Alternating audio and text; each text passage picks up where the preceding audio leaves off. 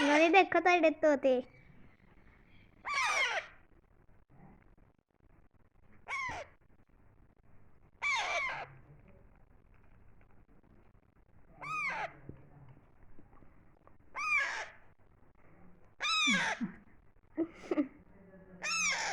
ਤੇ ਕੀ ਕਰਦੇ ਤੁਹਾਡੇ ਤੋਤੇ